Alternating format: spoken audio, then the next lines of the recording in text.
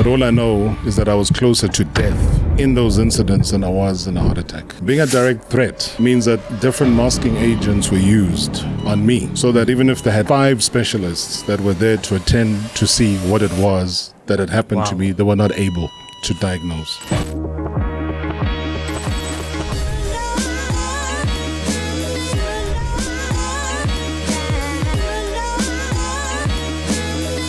Welcome to Two Up Front. It is Jay, and as always, I am with Chuck. Chuck, how's it?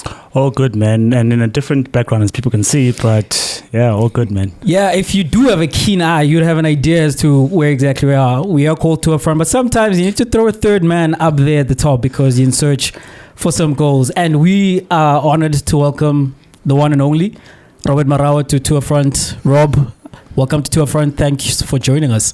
Thanks so much, guys. I mean, great honor, great privilege, and once again, congratulations on this. I mean, these are notable platforms. These are platforms that get people talking, and I'm sure whatever direction you take me, I'm there. We are happy to take you in the direction we feel is necessary for our audience, but we do want to begin at the start, right? With you and your career. You come to Joburg via Nkandla from Freight, sure. And you come from what maybe we can describe as humble beginnings, coming from a farm setting. I'd like to know, in terms of the man that you are today, also the fact that you come from a family that has produced 2 people who are in the media.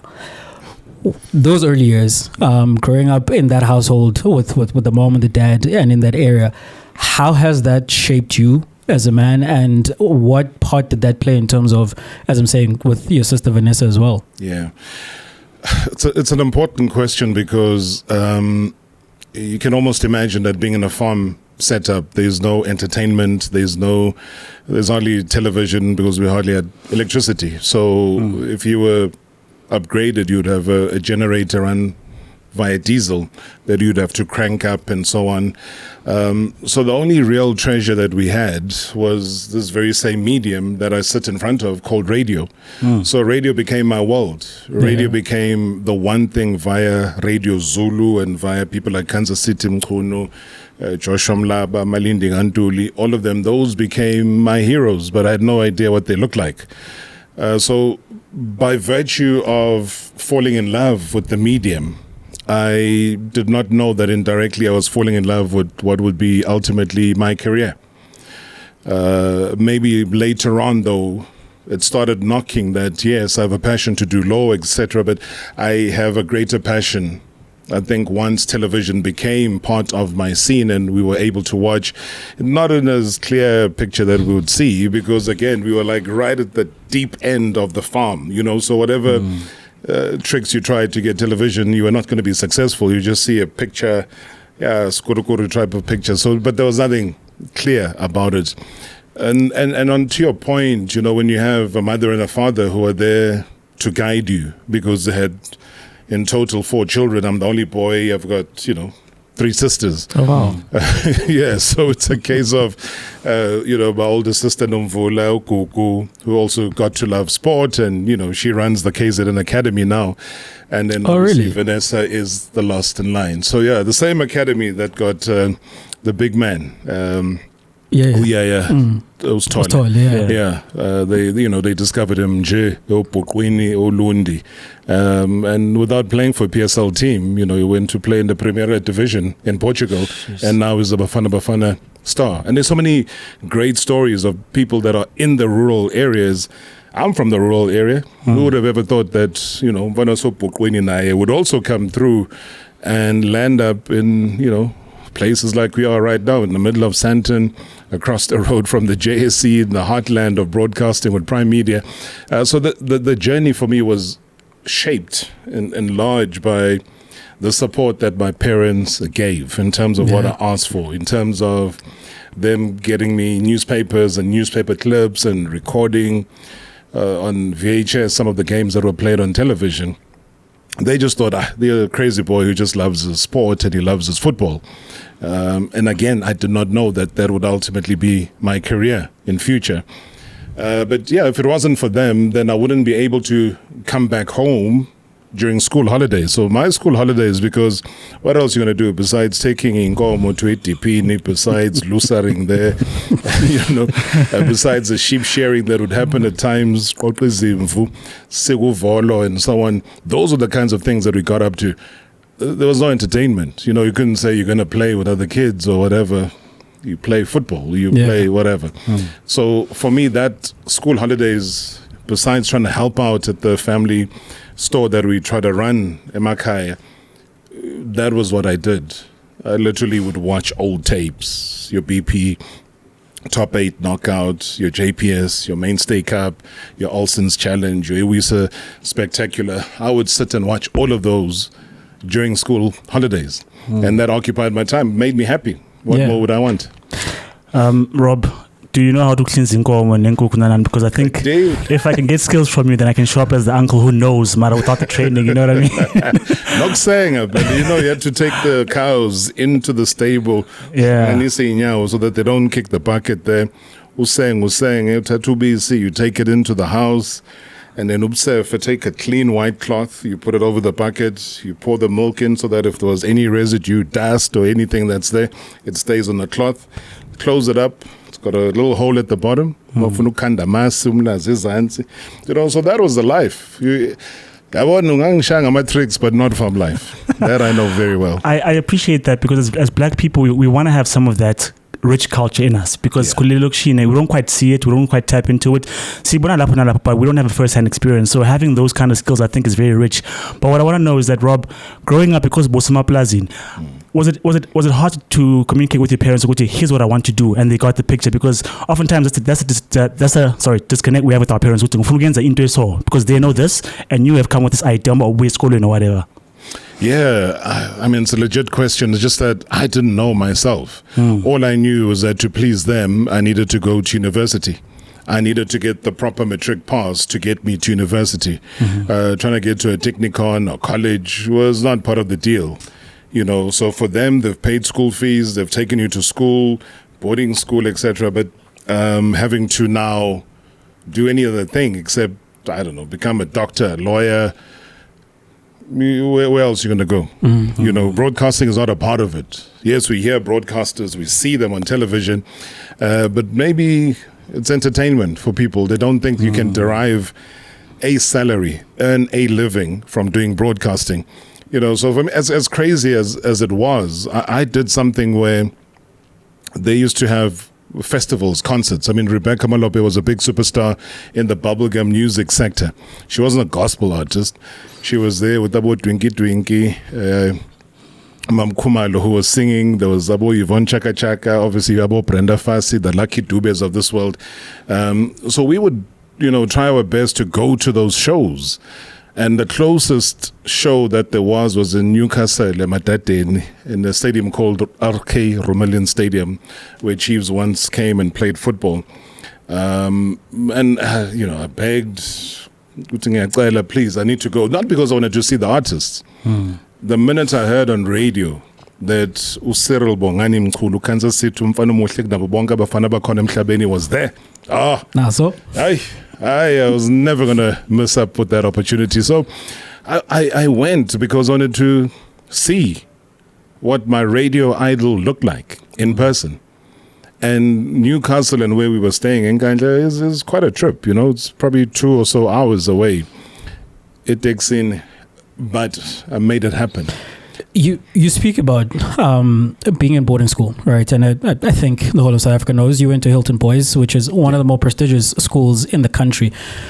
But coming then from where you came from and then happening upon that world, was it a shock to your system? And when I hear you speak about then what you started to think about in terms of where you're going to end up in life, did that have an impact, particularly when you come into the space on the tail end of apartheid still in that environment? How did that shape you? How was that impact on you? Yeah, I think Hilton College, you have to backtrack a little bit because the primary school I was at was completely different to what Hilton was. Yeah. So a little flower show, it was was rough. It was a rough and tumble. We learned to do adult things in terms of chores when we were still young. Primary school. You imagine how old primary school kids were. And I started boarding school when I was 6 years old. Wow. So I learned my independence very young. Always said that you can throw me in the middle of Mogadishu, I will survive. Yeah. Trust me. If no bomb lands on my head, I will survive, come what may. So I learned as much as we all hated it. All of us now, when we're adults, look back and we say the education, which was not in the classroom, that we got in terms of life and survival, we learned from Little Flower. Imagine a 5-6-year-old kid cleaning the toilets at that age, but that was a chore because there was a list of chores that we had to do. Imagine a 5 or 6-year-old having to remove basically crap from a septic tank. But that's what we had to do. Load it into a wheelbarrow, take it into the orchard to grow oranges, bananas, grapefruits, and so on as fertilizer. So these were German nuns that were looking after us. So these were not people that were going to hug us and say, oh, my little child, We went to church or chapel literally almost every morning. 5 a.m. we were lining up outside chapel because we had to pray. If it's Easter, you're there with the rosary. You're doing your thing. Then you go through the stages of the crucifixion. You have to say the 8 Beatitudes. You knew the rosary inside out and you went through it. And that was just life. It was there. Ash Wednesday, you were there. Palm Sunday, you were there. Ash on your forehead, carrying the palms. It was a Roman Catholic school. I'm Anglican, but it didn't really matter because my folks thought, hey, compared to lesser scholars, Waza, this is a better option for you. Little did they know that I'm going into hell. It was hell, but it's hell that you don't burn. It's hell that you need to know how not to burn. And that's exactly what it provided me. It provided me with all the life skills that I could have ever mastered. But I think if I had to go to a primary school like what Hilton is, I don't think I would have become the person that I am right now. Wow. Because those they worry about good education, very good education, yes. They worry about their sports. You got to play your rugby. Sure, no soccer. I was angry as hell. There was no football. And you're right, because we were still part of those darkies you had to point out, hey, how many black people are there? And I even said to Chad Leclos a couple of weeks ago at an interview, I said, listen, I still can't swim till today. It's a fact, But you can imagine how your parents' expectations are that if you go to a school like that, the least they can do, because PE or PT was part of the curriculum, and swimming would be that. But they would isolate you, little black kids go and sit there, wait until the sessions are over. Instead of saying, oh, you can't swim, let's organize classes for you so that, you can be taught how to swim. So here I am, grown as adult, I still can't do that. So that's why I'm saying that had I gone to a primary school that is of the same caliber as a Hilton, I don't think my end result would have been the person that I am today. Wow. And I then want to come to you in broadcasting. So you are in Joburg, you are a law student, and the opportunity comes for you to then go audition for Isimunya, and you go, you do the audition and you get accepted. Do you drop out immediately? And when you do make the decision to drop out of law school, right, is it because upon auditioning and then hearing back that you've got the gig, did it come to you that this is exactly where I need to be? Yeah, it did. I couldn't drop out immediately. So remember now, the reason I've come to Joburg is not to be a broadcaster. Yes. The reason I come to Joburg is to be a student who has to graduate with a law degree. My dad has made sure that I have post-graduation a bursary to go to the UK to study exactly what I wanted to do, which is entertainment law. So I've got the bursary. I've met the people that are going to provide the bursary. We've shaken hands. We've taken photos. Everything is cool. But life gives you and swings you in a different way.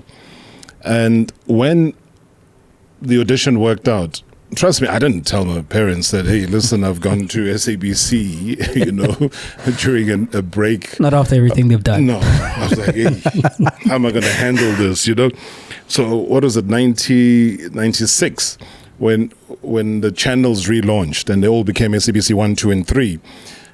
Big function, Stevie Wonder, everyone was there to, launch this new channels that had SABC all over them. I kept it from them. I couldn't break it to them. But obviously, the closer we got to the launch and the closer we got to Simunye now also being launched, because there was going to be a new aspect of TV for the whole of South Africa. They would have seen you eventually. They would have seen me eventually. So I was like, how am I going to handle this? Literally, on the day that we were to appear on television, because they then chose myself and Camilla Walker to be the first two individuals, Simunye, to anchor that day. Camilla Walker, blonde white lady who could speak Zulu. So I think they thought, great combination, to bring the fascination to the audience. And I only let them know on the day, in the evening, and I said, hey, because I wanted to speak to my old man. I said to my mom, listen, at about 6 o'clock, so it was either 6 or 7, just tune into SABC and you will see maybe somebody that you know. That is how I put it. But how? No. That's all I'm going to say. Just tune in. Just tune in. And people have to remember then that there was no dominance of an Mnet or Supersport, all these channels that we have now, or DSTV or MultiChoice. I think Mnet only had a little thing that they had open time on a Sunday, and that was it. So SABC was the dominant station. You switch on SABC. And that's how I broke it to them. And when it happened, so now, obviously, it's a mixture now of either pride and anger. So which one is it going to be? Going to be proud for his son? There's our son on TV, but he's not where he's supposed to be. How's this working out now? But at the end of the day, and I think because of the kind of reception that they got, also, there's a pride of surname. You put out your family name out to the public, and being on TV was a big deal. Then, geez, if you're on TV, you're a superstar beyond. Yeah. Whatever the role it is that you were in, you would have made it. So, I think the excitement and the pride kind of overrode then, because I had to do a lot of explaining afterwards to say, no, listen. What are my words? I was like, no, I know I've got the scholarship or the bursary to go to the UK to study, but also understand that this is what I really want to do. I know I'm very deep into my degree, but hey, this is what I want to do. And I think the swinging point was that what I said to them was that maybe it might work out if I study the practical side before I go and do the theoretical side of entertainment law. So let me know what it is that happens in the industry so that I understand then when I do the practical, I do the theory in terms of studying in the UK, then at least, I'm in there. They looked at me, hey, but they knew, this kid wanted to do this thing, so they had to accept that the journey had to continue. Rob, when you look at Marawa Sports Worldwide and you being at Latuma, obviously worlds apart, very different. What do you miss from those days back in the day? TV was like this, and now obviously I'm online, I'm on YouTube, I'm on radio, different simulcasts. What do you miss from back in the day when it was being run or being recorded that way or in that style? I think it was just the genuineness. I think people loved football. We had to come up, we had to be the creatives in all of this. So you can imagine this is an SABC that is still predominantly run by Afrikaner white South Africans. But they have a duty now that SABC 1 has come about. So demographically, SABC 1 is meant for that urban black kid, urban black young South African. Then SABC 2, I think it was earmarked towards more Afrikaans, Sotho speaking. Then SABC 3 was more, your posh English people, So that Top was billing and stuff. The story. So that's how they pitched it. So still South Africa 96. So just 2 years after real democracy. I think for me, the core of your question leads me to believe that Abola Duma, I think, brought what they did not have before, which is the realness of bringing the superstars. I know that Abo dance, it's the Abo Dumile Mateza, Mark Leeson, they would do these interviews pitchside, but obviously more commentary than it was pitchside. So I think we brought the life. I remember the first game that I did, Bloem Celtic, Orlando Pirates at FNB Stadium. So we still would put the scaffolding, build the studio at the venue. So you're overlooking the game happening behind you, because we wanted to create that liveliness in the studio. And I remember having Deshi Baktawa, Thomas Kwenaite as my studio analysts. And I'm, this fresh-faced, probably extremely wet behind the ears guy doing his first gig. But Laduma then became a lifestyle for many people.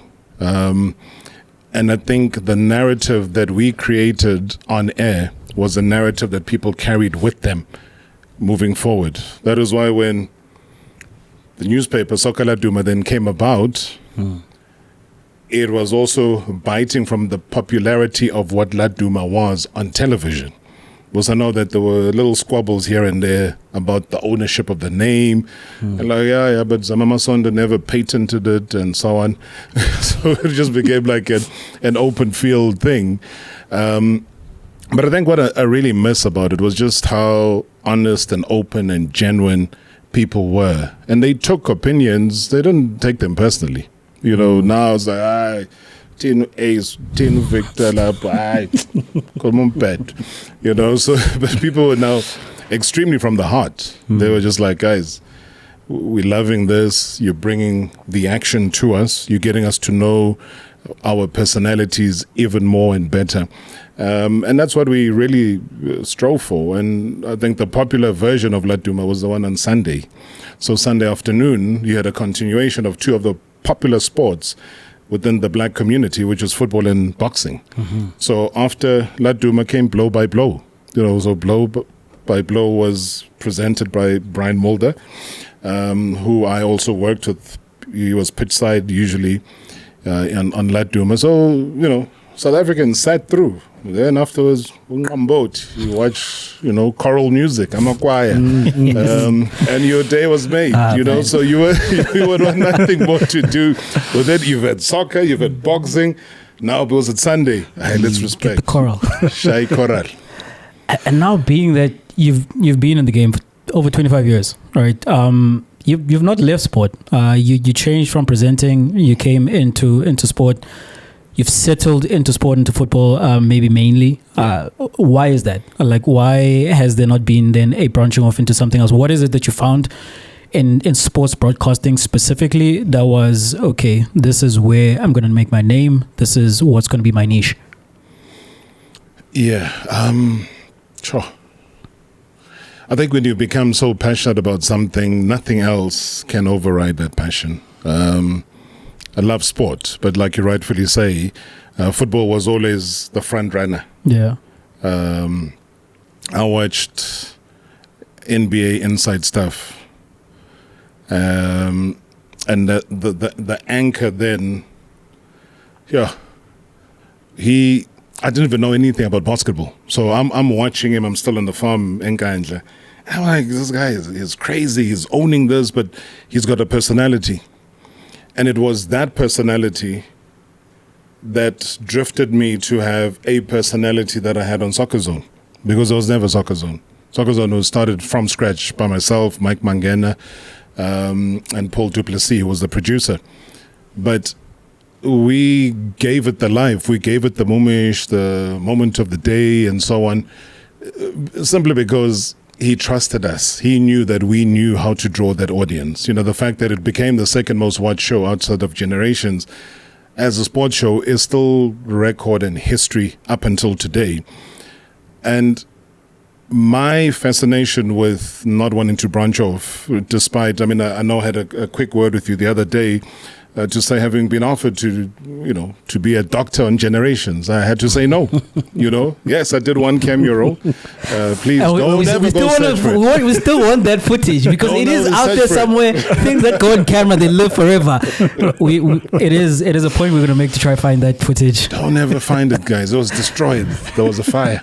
So I was a doctor for one day. But I also just knew, I think it was part of a recognition, because my goodness, I looked at the room and I saw these actors. These are seasoned human beings in terms of their craft. So no matter how much, obviously, the popularity of Robert was growing, in as much I tried to hold it back, I wanted my work to be the sign. I had to tell Baby Joe of Selima Tunzi, listen, I can't come and sit on your couch. I can't have cameras coming to my house to open wardrobes and fridges and all those things that they were doing with Selima Tunzi. But it was not a personal thing. I had to say to Baby Joe that, listen, it's not personal. I love what you're doing, but I also just love my privacy.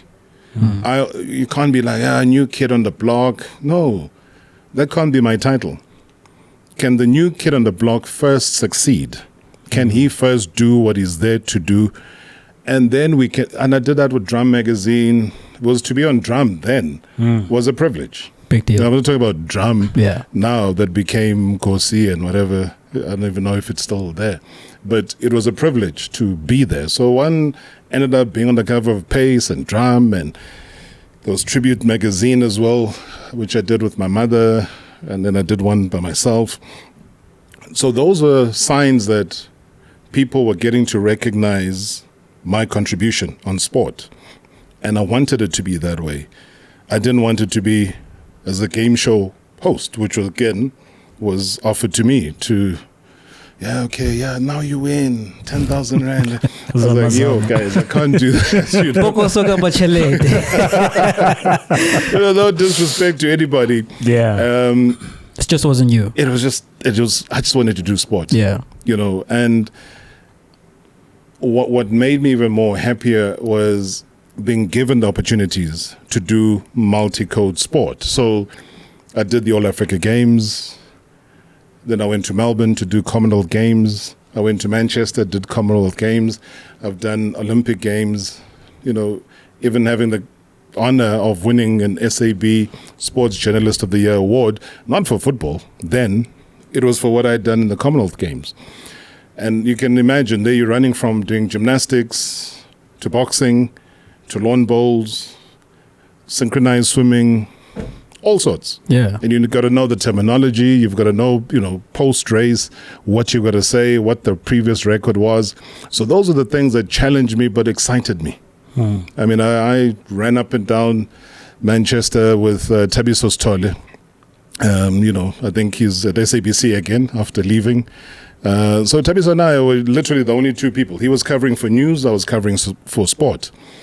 But we both came back with accolades because of the work that we did. Hardly slept, all we ate, outside of things being expensive in the UK, we literally, Kentucky Fried Chicken, KFC, McDonald's, that was our staple food when we were there.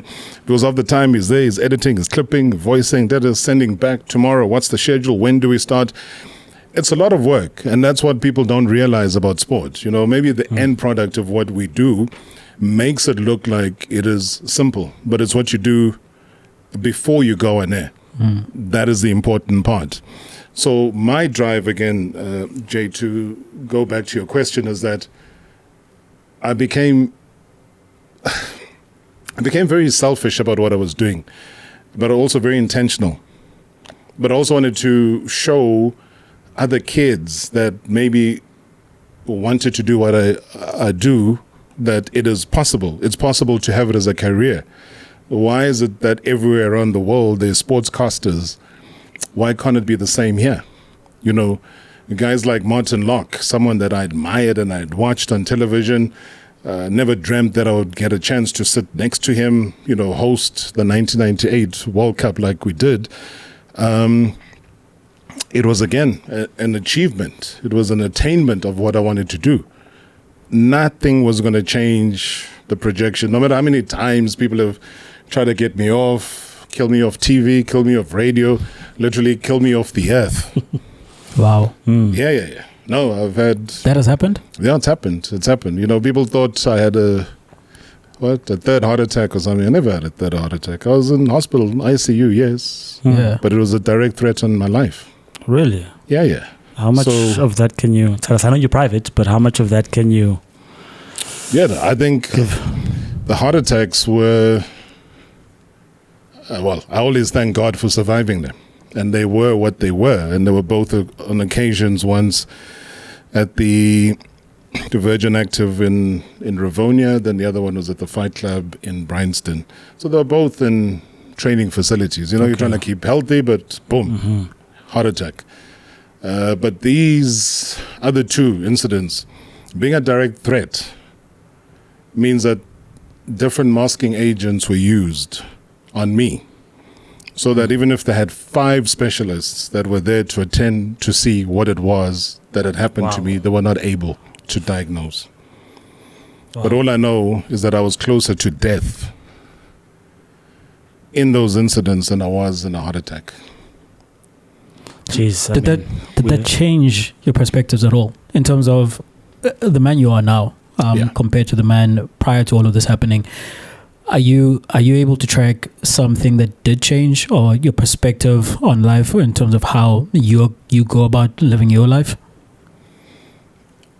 If I change, then it means I'm succumbing. I would never be apologetic about anything. I know people, maybe because I know from where it comes from, you know, and when, you know, people always say, no, but please come back to SuperSport, come back to this. And I say, I will never be able to go back to those platforms, even if I wanted to, right? I was fired from both of those platforms intentionally. On days when I was winning awards, I was being fired still, you know, so it wasn't about the quest for excellence not being achieved. It was for other reasons. It was an instruction.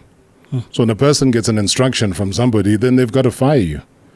So if you get fired and they still see you walking, then they got to get rid of you one way or the other. You know, so that was for me, my journey. And it's a case of, okay, so do I start or stop asking the questions that I'm asking on radio, on the talk show that I've been given? Like never before. How does a 1 hour, 30-minute radio show cause so much havoc? Because now it's front page this, front page that, Robert this, Robert that. I'm like, guys, I'm just doing a little sports show. So how is it so important? But it was important because those were questions that I suppose, in hindsight, I was not supposed to ask, because it exposes individuals about whatever it is. But still, deep down inside, my love for the local game of football never waned. I still loved it. Maybe my opinions of being opinionated stem from me, seeing little pockets of things of, how can things improve? How can the football get better? How can the players be in a better place or be better remunerated or whatever? It was never from a space of, I want to destroy the game. It was, this is the way we've been. How can we improve it? You know, so a guy that I'll always respect was, the late Trevor Phillips. Trevor knew when he came for an interview, I would give him a hard time. But at the end, he would come with this very big baritone voice. Robert, you had your bloody questions. What the hell, But he was out with a smile. Because he knew I carried a duty for the public, not a duty for me. I don't gain jack from being direct and honest and asking the kind of questions that I was asking. But he was able to take it like a champ, He knew that his authority was being questioned. But he also realized my passion and love for the sport.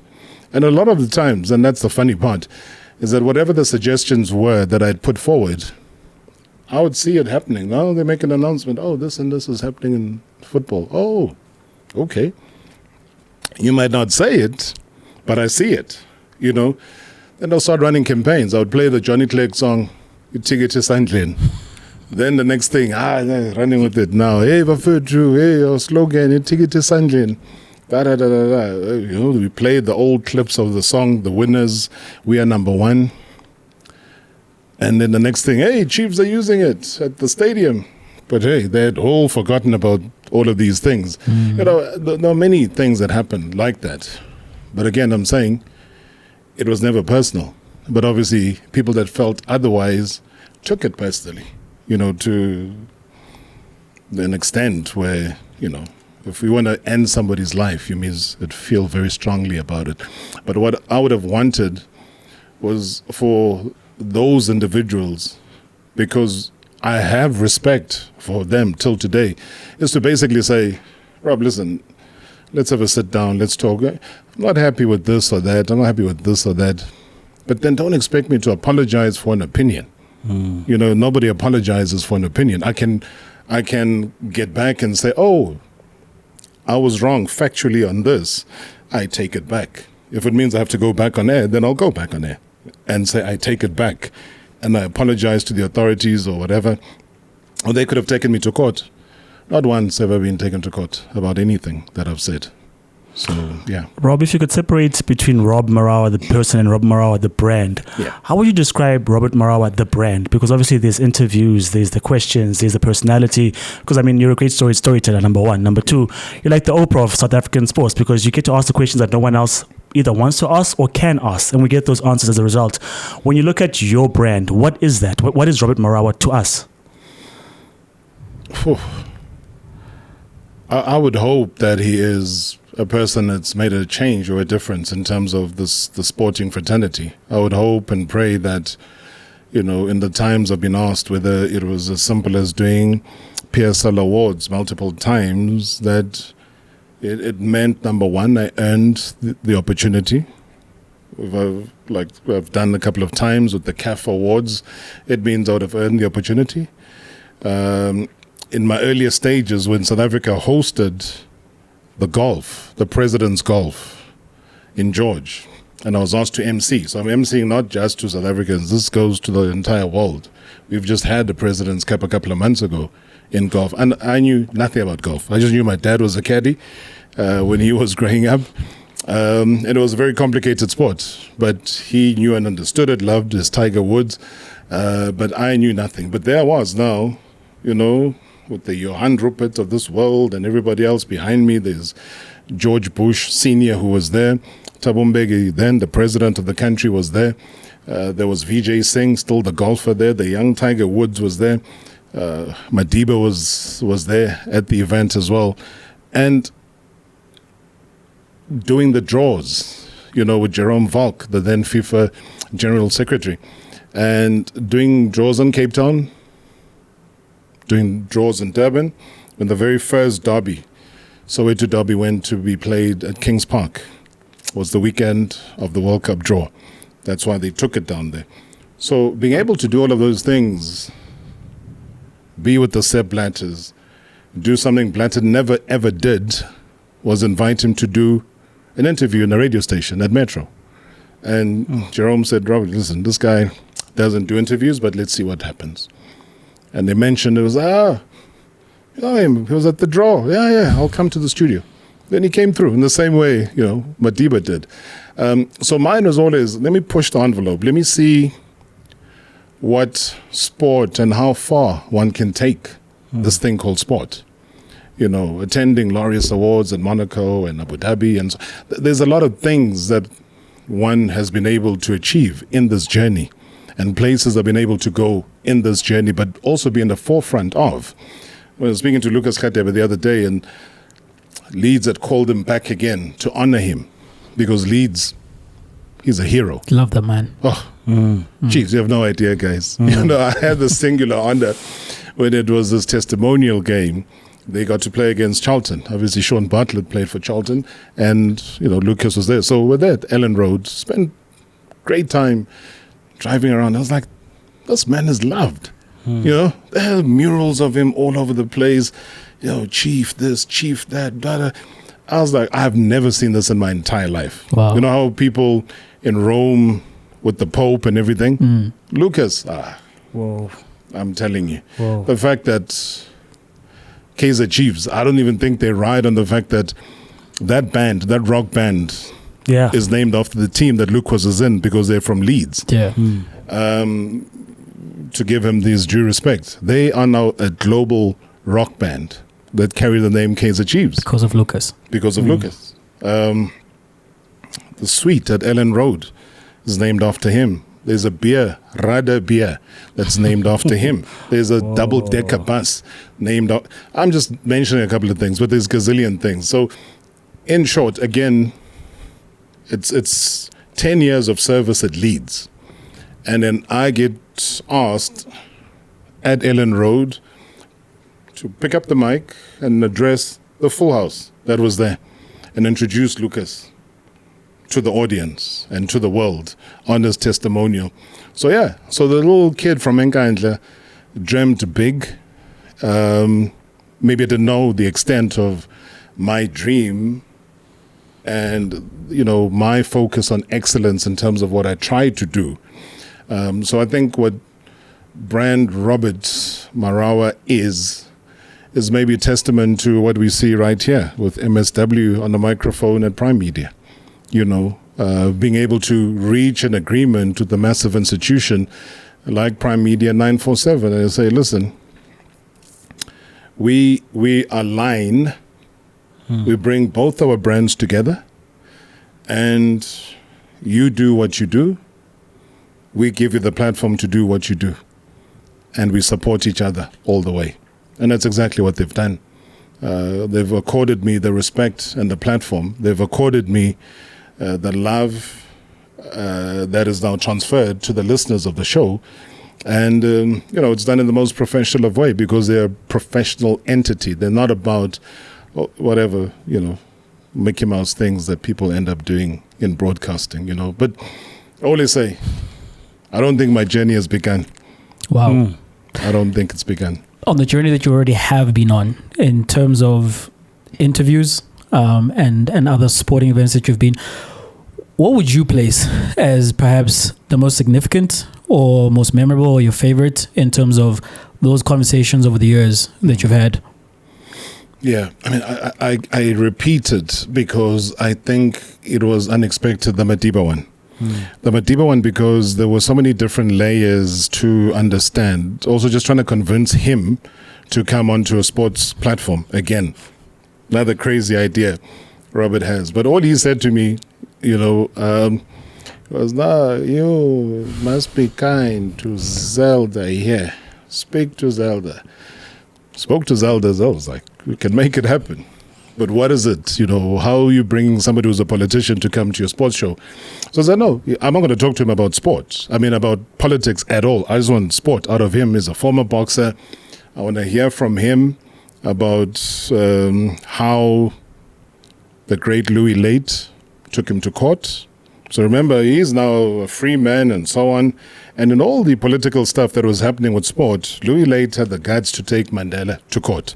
So I wanted to talk to him about that and what that experience was about. I wanted to talk to him about Hansi Cronje, you know, the match-fixing saga, because Hansi, the first call he made was to phone Madiba. Oh, really? Yeah, that's the first call he made, was to Madiba, to let him know when the hit the fan, it was to him. So I wanted to know what that phone call was about, how he spoke to him, etc. And yeah, I mean, on those, I mean, obviously talk about transformation. You know, the word that a lot of people were very allergic to, which is transformation. I wanted to talk to him. Yeah, I mean, those are the three key areas that I wanted to hear from him about. Oh yeah, the Springbok emblem. Because remember, the Springbok emblem, as per Donnie Craven, that's why it's so difficult for me till today to call the stadium there that Stellenbosch play in, the Donnie Craven Stadium. I can't, because it still harbors for me the injustice of his words where he said no black player will ever wear a Springbok jersey. So that was the premise. That was like, but you guys went into NSC meetings, you spoke about this. A lot of your comrades were against it. But you stood up and you said, no. You know, the whole words of, sport has the power too, came through. That you can't now immediately isolate. We brought the national anthems where you sing Distem and Nkosi Sikelel and you fuse it together to try and please this rainbow nation. So I wanted to talk to him about that. So he gave me 29 minutes of radio that I never expected. I mean, like here, SABC became like a fishbowl. So we moved the studios from underground to the reception. It was packed, man. People didn't believe Mandela was there in Auckland Park at the radio station. I met executives from the SABC that I didn't even know existed, who came down all of a sudden to the studio, to come and greet the great man and so on. But all it taught me, and I listened to this interview at least once a year, every year I listened to it. Because in as much as I became unpopular with the Sarus of this world, I became unpopular with Cricket SA, it didn't matter. All I know is that with those tough conversations that we had with some of the black cricketers who came onto the show, the JSN hearings came about with Advocate Dumisa Ntsebeza, who held them, and people got to know what Paul Adams and Makaintini went through. Those are the things that I said, great, that was the outcome. Today we sit here, number one bowler in the world is an African. But he wouldn't have been given his opportunity had the push for transformation not happened. The only most successful captain in rugby in South Africa is a black man.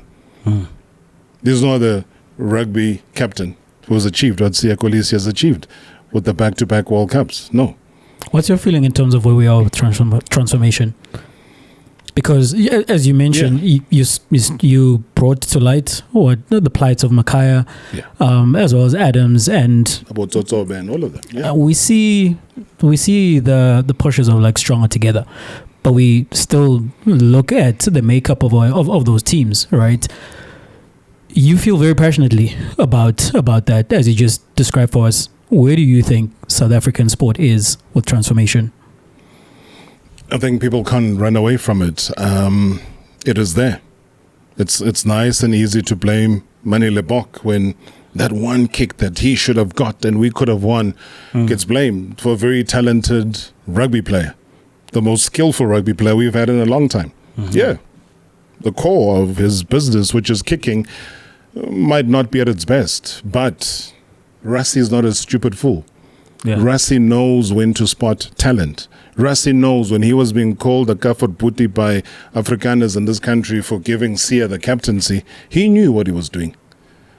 So when he's lifting the trophy, wonderful, he's our friend. Something goes wrong in rugby. It's always got to be the one with the dark skin. Yes, sir. But no, you can watch players gig and they miss their gigs or whatever the case might be.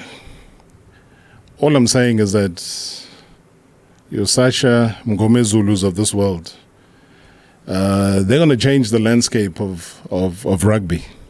In the same way, Mani Lebok will continue to be a Mani Lebok in the same structures. We will have more oxen chairs. We will have the Dlaminis, the Tim Kulus, the whatever you want. It's going to be there. Because there's always that feeling that, transformation, you see these quotas. Everyone was blamed on quotas when things were not going well for rugby. But you look at the run-out team in the 15 at the World Cup. Nobody complains about that. Nobody's going to complain about Bongi and how Bongi plays. Instead, they watch the rising... chasing the sun. And they're crying with Bongi crying in the change room. But they hated the guy. So how is it now that Bongi is shedding tears, the tears of joy because of the achievement? Now you're going to cry with Bongi. You hated the guy. So South Africans are hypocritical about issues of transformation. Transformation is not about the black sector of the community seeking favor. It's just saying recognize my talent and give me an equal opportunity to be there. Kagiso Rabad proved even at under 19 when he was the best and they won the Cricket World Cup. And that's why I said, and I repeat again, and I was not surprised when we lost, now in 2024, again in the cricket final. And I said, as long as cricket is not fully transformed, you'll never win a World Cup. Forget about it. And you tell me, from the first Cricket World Cup that was staged in South Africa in 2003 up until present, you can't blame Duckworth-Lewis system. You can't blame anything. You've got to blame yourselves. It's the rain. The rain, the add and subtract. So, for me, the sooner we get over ourselves and the hatred that still exists in people, the better for us. We've got boxing world champions. These are black South Africans, but they represent what South Africa is about. That's why I challenged even the Chadler Clow. I said, break your records, be the most medaled swimmer in the history of South Africa. But after that, take it upon yourself to make sure that maybe in the next Olympic Games, we have Mkhize, we have Tsotsobe, who's there in the swimming pool, representing South Africa. That, for me, will be a massive achievement. It's not because we can't. It's just because, again, there's opportunity and it's closed down. Why can't it happen in water polo? We're seeing it in squash. The opportunity, that's all South Africans need to give the black sector, is an opportunity. And that's why I even mentioned the two leading sportsmen in the world right now are black Africans, South Africans. Nobody did them a favor. They earned it.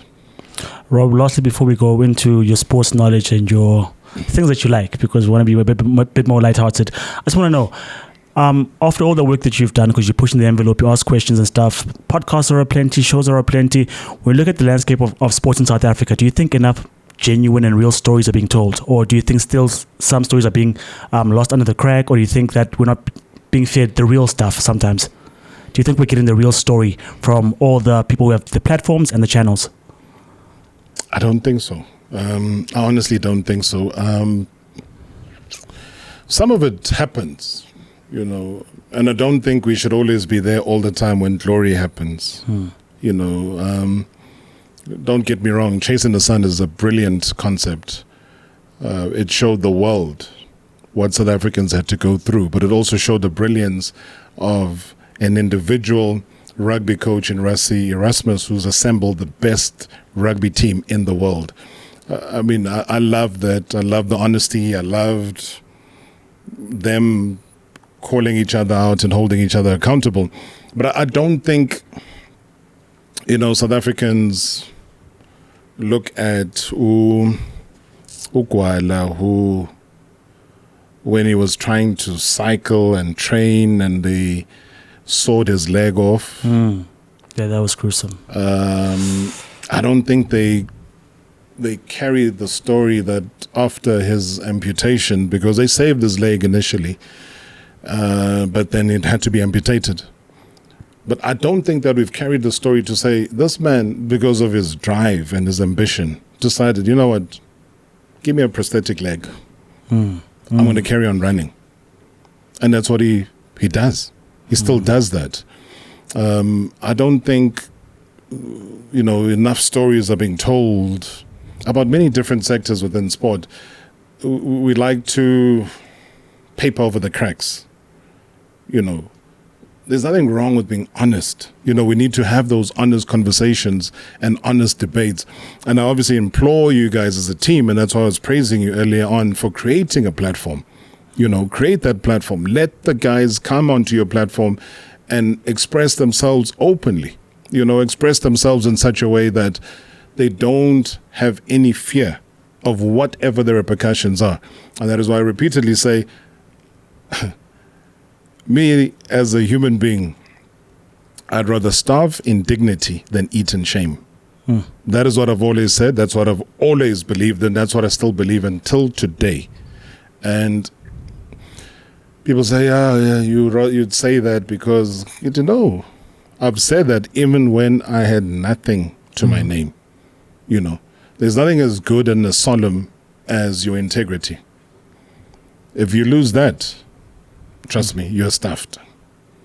And for all the fights and whatever was publicized with me and the then Minister Fikile Mbalula, I stuck to my guns because I believed that.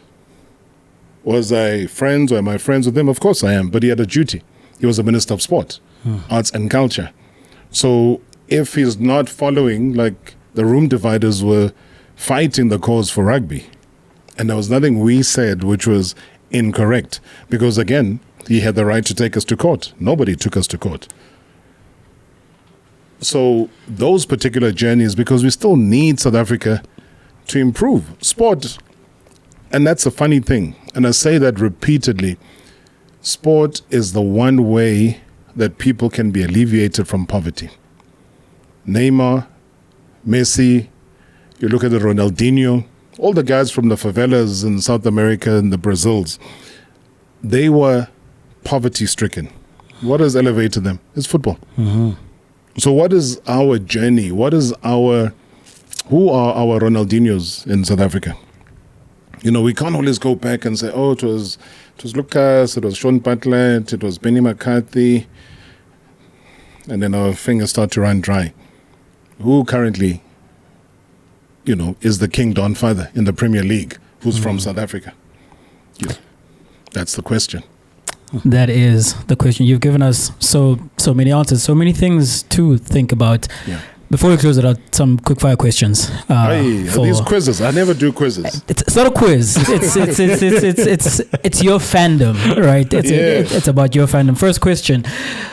After Bafana lost to Mali in the AFCON, you sent out the tweet that reverberated around the country. Are you now on board with Hugo Bros and what is happening at Bafana? I was never against, so I've never explained. So I was never against it. So I read all the abuse. And I read all the people swearing at me. Hey. At the time, we were trailing in that game, right? The camera went to a shot of the man in the white shirt, right? So as it did that, so again, people don't understand the nature of my tweets at times, the sarcasm, slight humor, being cheeky. So the minute the camera went to him, then I sent out that tweet with the picture to say something, I don't know what I said, like, I'm around or I'm here, for example, because it almost looked like a nation that was it was like frustrated with, hey, where's this old man taking us? And it was literally at that moment, if people would rewind and look at the time that I posted, it was literally straight after they had a shot of the man with the white shirt. So it was that, and I was the one person on this platform, and I can always draw up the audio to prove that I had been that one person when everyone was swearing at Hugo Bros. I said, this man is on a mission to change football in South Africa.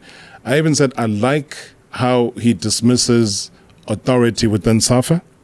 I like the fact that he, despite being locked out of stadiums and not being allowed to go in as a national team coach, should be allowed to.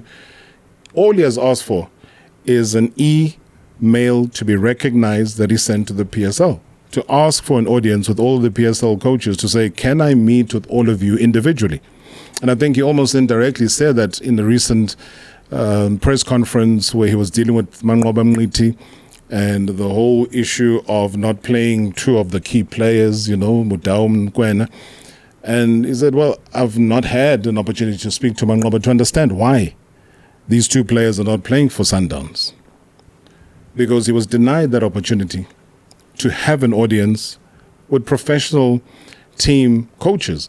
So that is why when I was there in Abidjan and I had the interview with him one-on-one, there was no issue. And he knew he had been fed that, this is the guy that doesn't like you. There is not one place, there is not one iota of evidence outside of that cheeky tweet that anybody can produce to say these were your words about the coach or this was what was written that you said about the coach. Never ever. Greatest South African player of all time? Just one. Just one.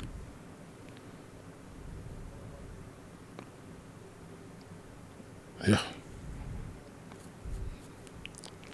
I can give you 3 because I know we're running thin on time. I can give you 3. Does it help? All time is tough, man. You've seen a lot of football in your time, so in your time, in your opinion. Because if I say Steve Kalamazoo Mokoni, people are going to say, who's that? But then they must go research and look out for a movie called Die Swart Meteor, the Black Meteor. He played for Barcelona. He ended up his life in America. I could always say Patrick Asentswelengo. Patrick played for Kaizer Chiefs, greatest number 12 ever, played for Amakosi, Mabega Pansi, went to play for Toronto Blizzards, obviously played in America, was alongside Jomason. But to make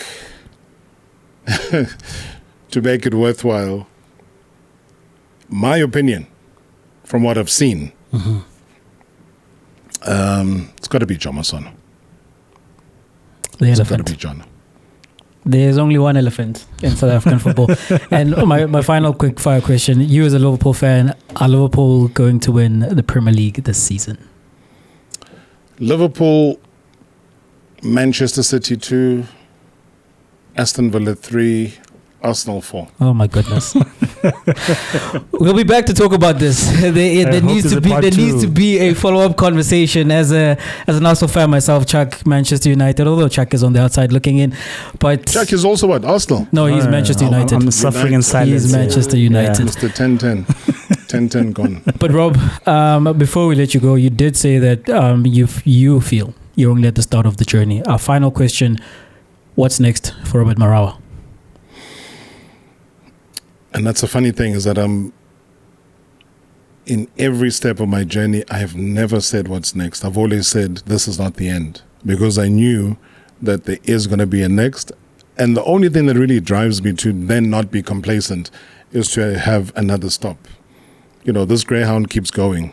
I can get to Durban, even if my final destination was Durban. I'm like, hi, bus driver, get to Kokstad. I know, bus driver, there's a mistake.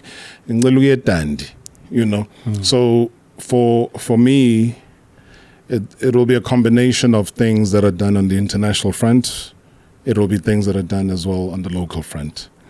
But I never, ever want to divorce myself from the key people that have built me, motivated me, brought me to where I am in terms of my career. I would never want to do that, because it always just warms my heart with small, subtle things. When people say my Luputu, then they've been with me in the journey. Mm-hmm. And those were names that I used deliberately, because on SABC then, there was no Zulu or Xhosa that was used in studio. Yeah, you might have heard it in commentary, but it was a no-go area in the studio.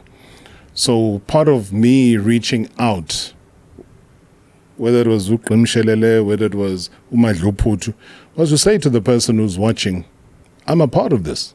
It's football. So you can't be now anglicizing everything with the local game of football, So all of those small little things I never realized made such a big impact. But you'll see a person, Estratini, from youngsters to elders, so then that it's somebody who appreciated that I was doing then. And by putting out, convoluted name like that, it was, again, to say, let's respect our languages, our inclusivity. Not everything that matters has got to be in this language that we've had to panel beat our tongues to be able to learn to speak. Let's just appreciate what we as Africans linguistically and otherwise can do. Rob, from advocating for the little guy, for telling the stories that need to be told, for going around the world and coming to our platform, we want to give a sincere thank you to you. You've survived, as you've told us, and we wish you long life, so that the next thing, that next stop, we are front and center to actually watch that unfold, because I think I speak not only for Chuck and myself, but for South Africa. You're very loved in this country and very important with the work that you do. So from To Up Front, thank you for being on our platform, and we look forward to having you again. I think one more thing to add is that we forgot to ask you about putting people on, because that's what you do. You give people a chance, you elevate people, and this has elevated us and our content, and we're very grateful for that. So, I mean, you've done a lot, and we see that. Appreciate it, Chuck. Jay, thank you. Guys, all I'm saying is that your journey is beautiful. It's beginning, and at any stage, at any time, and I don't say this publicly because the people that I have helped was never a public thing. It was personal conversations, but with journeys that have ended up, whether it's at Sky or international platforms, for me, it makes me happy because I know how sport made me happy and still makes me happy, and I still want to make sure you are both happy.